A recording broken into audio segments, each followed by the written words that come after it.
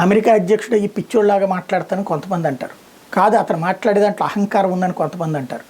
లేదు, వాళ్ళ దేశ ప్రయోజనాల కోసమని కొంతమంది అంటారు. ఎవరేమన్నా అమెరికా ప్రజలు అత్యంత అధిక మెజారిటీ ఇచ్చి గెలిపించారు. స్వతంత్ర అమెరికన్ చరిత్రలో అంతగా అతన్ని నమ్మారు.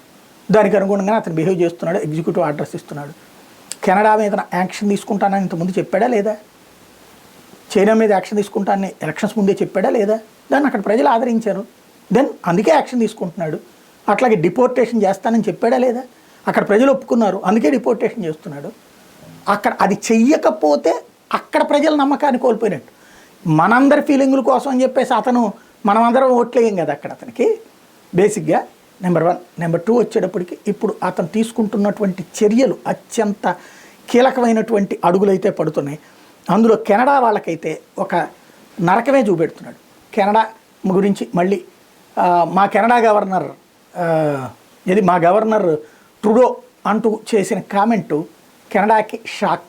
అట్లాగే ఏదైతే వాళ్ళకి సంబంధించినటువంటి వస్తువుల మీద ఆంక్షల కాగితాలు క్రమక్రమంగా రోజు రోజుకి పెరుగుతుంటే ఏం చేయాలో అర్థం కాక తలపట్టుకోవడం కెనడా వంతు అవుతుంది. క్రమక్రమంగా ఇప్పుడు జరుగుతున్నటువంటి పరిణామాలు కెనడాని తీవ్రమైనటువంటి ఆవేదనకు గురి చేస్తున్నాయి. తాజాగా కెనడా మా 51వ స్టేట్ అయ్యేంత వరకు దానికి మేము ఇస్తున్న ప్రొటెక్షన్ తొలగిస్తున్నాం అని చెప్పి ప్రకటించాడు ట్రంప్.